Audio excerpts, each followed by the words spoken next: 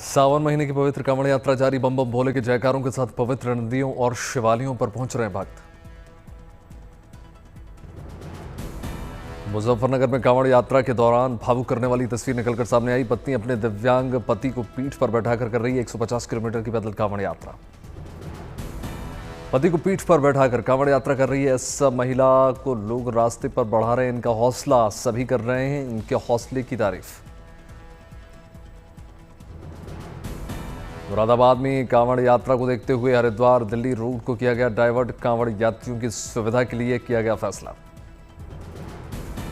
कांवड़ यात्रा के दौरान दिख रही है देशभक्ति की लहर। मुजफ्फरनगर में ऑपरेशन सिंदूर को कामयाब बनाने वाले वीर जवानों के नाम बनाई कांवड़।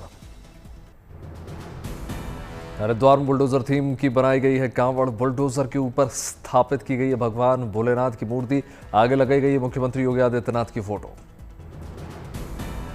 मुंगेर में भक्तों ने निकाली मंदिर के आकार की कांवड़। कांवड़ पर देखिए भगवान शंकर की मूर्ति। यात्रा में शामिल हुए नन्हे शिव भक्त।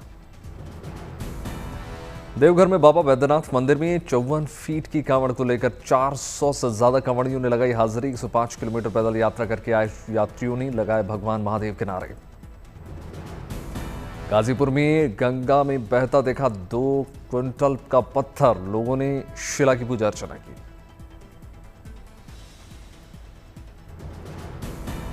शिमला के जाखू हनुमान मंदिर में लगी 108 फीट ऊंची ध्वजा। मुख्यमंत्री सुक्खू ने ध्वजारोहण किया।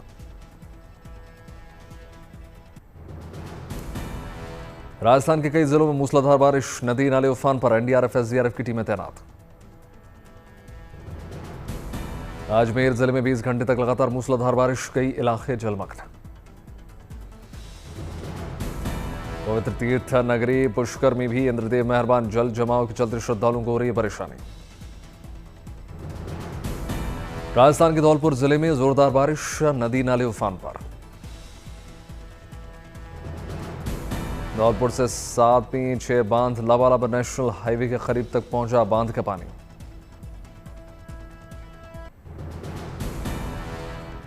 राजस्थान की बूंदी में बारिश का दौर लगातार जारी। झील के 6 गेट खोलकर निकाला गया पानी।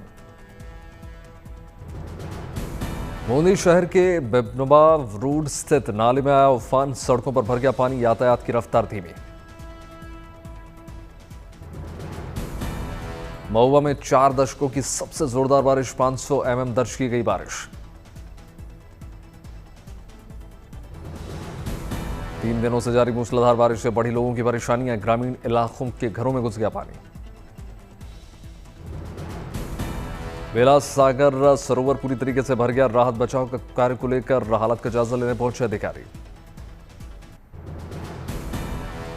दिल्ली एनसीआर के कई इलाकों में हुई झमाझम बारिश। मौसम विभाग ने जारी किया येलो अलर्ट। लोगों से सतर्क रहने की अपील। दिल्ली के सुप्रीम कोर्ट इलाके में झमाझम बारिश से सुहाना हुआ मौसम। लोगों को राहत मिली। झांसी में पिछले 24 घंटे से हो रही है बारिश के चलते बनी जल सैलाब की स्थिति। मकान में बाढ़ के पानी भरने से संकट में फंसे परिवार। एनडीआरएफ के जवानों ने लोगों को रेस्क्यू किया। पुंछ में लगातार बारिश और खराब मौसम के चलते कई जगहों पर लैंडस्लाइड। आम लोगों और आर्मी मूवमेंट हुआ बाधित। हैदराबाद में जोरदार बारिश से सड़कों पर बढ़ी फिसलन। वाहनों को सतर्कता के साथ बढ़ना पड़ रहा है आगे। प्रयागराज में संगम की जल स्तर बढ़ने से पानी में डूबा आसपास का इलाका। जलमग्न हुई दुकानें झोपड़ियां। लोग सामान लेकर सुरक्षित जगहों पर रवाना हुए। पुलिस लगातार लोगों से घाटों से दूर रहने की अपील कर रही है। छतरपुर में पिछले 1 दिन से हो रही है बारिश से कई इलाकों में जल तांडव। घरों में घुस चुका है पानी।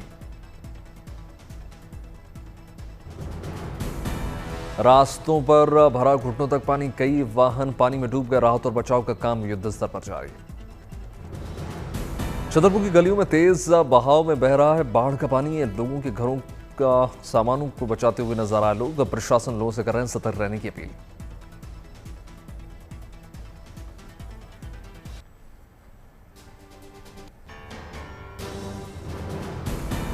सोनभद्र में लगातार भारी बारिश के चलते उफान पर। देखिए सोन नदी। बाढ़ के खतरे को देखते हुए डीएम ने आसपास रहने वालों को सतर्क किया। औरैया में 2 दिनों से लगातार हो रही बारिश किसानों के लिए बनी आशीर्वाद। धान की फसल के लिए किसान बनेगा ठहरा रहे हैं फायदेमंद। हिमाचल प्रदेश के 5 जिलों में 21 और 22 जुलाई को मौसम विभाग ने जारी किया ऑरेंज अलर्ट। 20 से 24 जुलाई तक राज्य में भारी बारिश की संभावना। झांसी में बारिश बनी लोगों के लिए मुसीबत। क्षतिग्रस्त हुआ मकान, जीवन यापन बना परिवार के लिए संकट। हरिद्वार में लोगों ने कांवड़ियों का रेस्क्यू किया। रस्सी के सहारे गंगा में बह रहे कांवड़ियों की लोगों ने मदद की।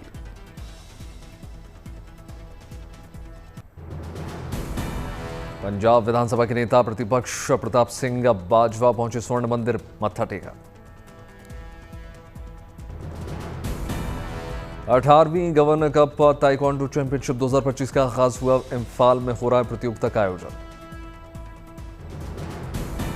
18वीं गवर्नर कप ताइक्वांडो चैंपियनशिप में 900 से ज्यादा खिलाड़ियों ने हिस्सा लिया। मेडल को लेकर खिलाड़ियों में जबरदस्त कंपटीशन। बॉक्सिंग से जुड़ी प्रतिभाओं को मंच देने के लिए दिल्ली में इंडियन बॉक्सिंग लीग का होगा आयोजन। 16-17 अगस्त को मुकाबला। दिल्ली में IIM गेम स्पोर्ट्स कॉन्क्लेव 2025 का शुभारंभ हुआ। केंद्रीय मंत्री मनसुख मांडविया शामिल हुए।